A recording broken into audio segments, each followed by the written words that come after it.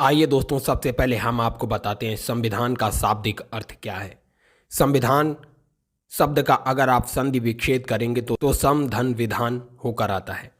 सम और विधान इन दोनों का शाब्दिक अर्थ होता है समान और विधान, अर्थात सभी के लिए समान नियम। ये है संविधान शब्द का शाब्दिक अर्थ।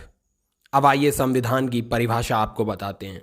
संविधान जो है दोस्तों, मूल सिद्धांतों का एक समुच्चय है जिससे कोई राज्य या अन्य संगठन अभिशासित होते हैं। तो आइए दोस्तों, हम आपको बताते हैं भारत के संविधान का प्रारूप क्या है। दोस्तों, जैसा कि आप देख रहे हैं, संविधान नियमों की एक पुस्तक है जिसको 22 भागों में विभाजित किया गया है और 22 भागों को अनुच्छेदों में विभाजित किया गया है और अनुच्छेदों को उप अनुच्छेदों में भी विभाजित किया गया है। दोस्तों, हमने आपको बताई संविधान की रचना और ये बताएंगे कि 22 भागों को किस प्रकार से विभाजित किया गया है। दोस्तों, इस प्रकार आप संविधान को भली भांति समझ सकेंगे। तो आइए देखते हैं संविधान के भाग। इंडियन कॉन्स्टिट्यूशन के पार्ट्स को हम देखते हैं। हमने इसको 3 पार्ट्स में डिवाइड किया है। हमने नंबर फर्स्ट लिखा है पार्ट्स, सेकेंड में हमने उसका सब्जेक्ट लिखा है और थर्ड में हमने आपको बताया कि कौन से पार्ट में कौन से आर्टिकल से लेके कौन से आर्टिकल तक की रेंज है। तो आइए फ्रेंड्स, स्टार्ट करते हैं हमारा पार्ट 1। पार्ट फर्स्ट आप देखेंगे, इसमें यूनियन एंड उसकी टेरिटरी के बारे में एक्सप्लेन किया गया है। Union and it's territory, article from 1 to 4, अनुच्छेद 1 से लेकर 4 तक संघ और उसके राज्य क्षेत्रों का वर्णन किया गया। यह हमारा भाग 1।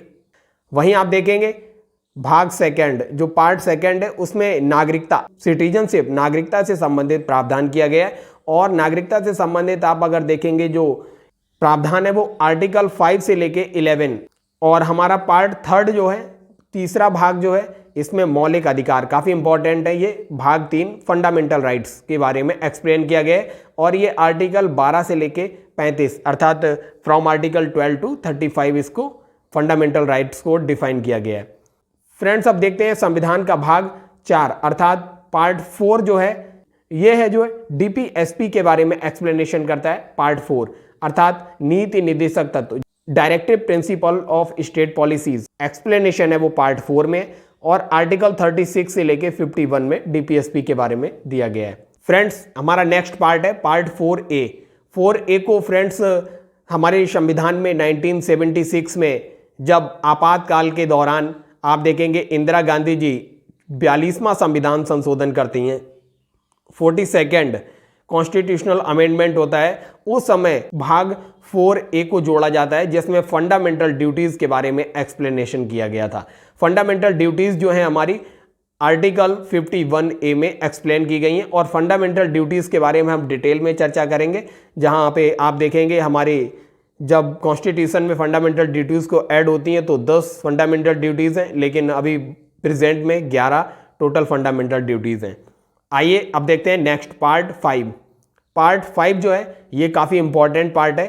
पार्ट 5, इसमें आप देखेंगे यूनियन से संबंधित पूरा प्रोविजन है। पार्ट को हमारे कॉन्स्टिट्यूशन में चैप्टर्स में डिवाइड कर दिया गया है। जैसे आप देखेंगे चैप्टर फर्स्ट में जो है एग्जीक्यूटिव के बारे में वर्णन किया जाता है, कार्यकारी जो है हमारी। इस चैप्टर में आप देखेंगे प्रेसिडेंट, वाइस प्रेसिडेंट और अटॉर्नी जनरल एंड मिनिस्ट्रीज के बारे में वर्णन जो किया गया है वो चैप्टर फर्स्ट में किया गया है, अनुच्छेद 52 से लेके 78 तक। आप देखेंगे जो चैप्टर सेकेंड है, इसमें संसद के बारे में, पार्लियामेंट के बारे में एक्सप्लेनेशन किया गया है फ्रॉम आर्टिकल 79 to 122। फिर इसके बाद फ्रेंड्स आप देखेंगे, फ्रेंड्स नेक्स्ट चैप्टर है चैप्टर थर्ड। चैप्टर थर्ड में फ्रेंड्स जितनी भी लेजिस्लेटिव पावर्स ऑफ प्रेसिडेंट होती हैं, इसमें आप देखेंगे अध्यादेश जारी करने की शक्ति है। आर्टिकल 123 में प्रेसिडेंट के पास इसका एक्सप्लेनेशन किया गया। और चैप्टर जो 4 है, 4 चैप्टर में हमारे कोर्ट से रिलेटेड इंफॉर्मेशन है, जिसमें हमारा सुप्रीम कोर्ट आर्टिकल 124 से लेके 147 तक चैप्टर 4 में है। और चैप्टर 5 जो है हमारा भारत के नियंत्रक एवं महालेखा परीक्षक, आप देखेंगे CAG, controller and auditor general of India जो है, इनका एक्सप्लेनेशन जो किया गया है फ्रॉम आर्टिकल 148 to 151 है। तो फ्रेंड्स आपने देखा पार्ट 5 जो है, पार्ट 5 को संविधान में 5 चैप्टर्स में अलग अलग क्लासिफाई किया गया है। चैप्टर फर्स्ट में कार्यकारी, चैप्टर सेकंड में संसद और चैप्टर थर्ड में जो राष्ट्रपति की विधायी शक्तियाँ, चैप्टर 4 में संघ की न्यायपालिका और चैप्टर 5 में controller and auditor general of India. तो फ्रेंड्स कुल मिला के जो हमारा भाग 5 है, भाग 5 में आर्टिकल 52 से लेके आर्टिकल 151 तक आता है भाग 5। तो आइए देखते हैं नेक्स्ट पार्ट 6। फ्रेंड्स आप देखेंगे पार्ट 5 जैसे आपने केंद्र सरकार के लिए देखा था, ऐसे ही पार्ट 6 जो है वो राज्यों के लिए राज्य, जैसे आपने देखा पार्ट 5 चैप्टर्स में डिवाइड था, ऐसे ही पार्ट 6 जो है ये भी चैप्टर में डिवाइड है। जो चैप्टर 1 में जनरल, चैप्टर 2 में एग्जीक्यूटिव, चैप्टर 3 जो है इसमें राज्य का विधानमंडल आता है, चैप्टर 4 में जो राज्य का गवर्नर होता है उसकी लेजिस्लेटिव पावर्स जो है चैप्टर 4 में आती हैं। और चैप्टर 5 जो है, चैप्टर 5 हाई कोर्ट से रिलेटेड है। और जो चैप्टर 6 है, चैप्टर 6 जो है हमारे जो अधीनस्थ न्यायालय होते हैं उनसे संबंधित है, चैप्टर 6। तो फ्रेंड्स आप देखेंगे चैप्टर जो छठा चैप्टर, फ्रेंड्स आप देखेंगे भाग 6 को 6 भागों में तो फ्रेंड्स आप देखेंगे जो भाग 6 है, भाग 6 को 6 अध्यायों में विभाजित किया गया है।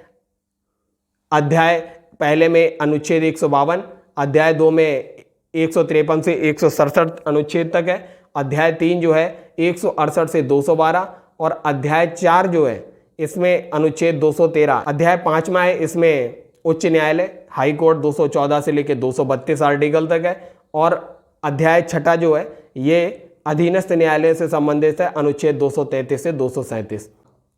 भाग 7वां जो है फ्रेंड्स ये 7वें संशोधन अधिनियम के द्वारा इसको समाप्त कर दिया गया है।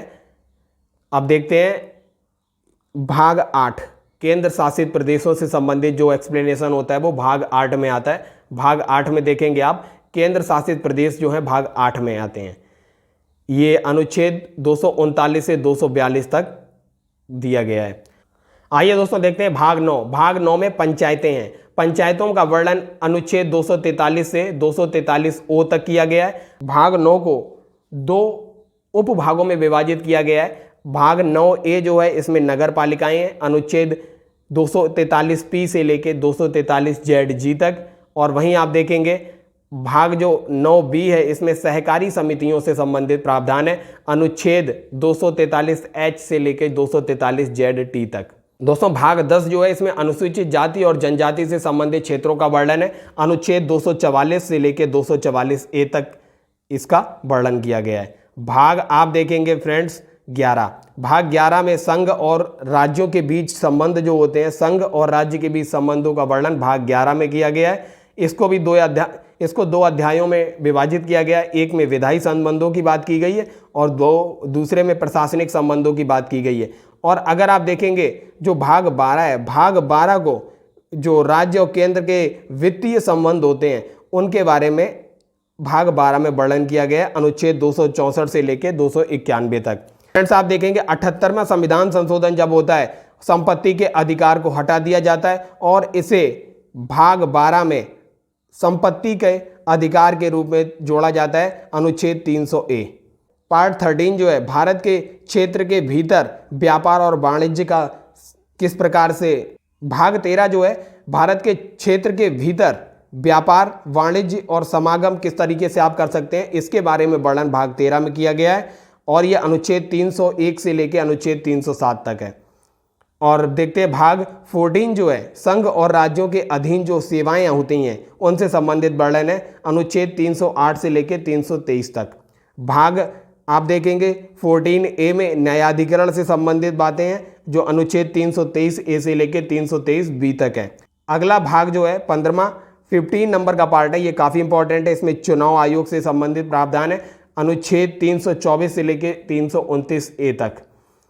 और अगला भाग जो है भाग 16वां कुछ वर्गों के संबंध में विशेष प्रावधान भाग 16 के अंतर्गत किए गए हैं। इसमें 330 से लेकर 342 आर्टिकल तक है, अनुच्छेद 330 से लेकर अनुच्छेद 342 तक है। इसी के तहत दोस्तों जो आप देखेंगे ओबीसी आयोग, SC ST आयोग का गठन इसी भाग के अंतर्गत किया जाता है। ये भाग है 16वां।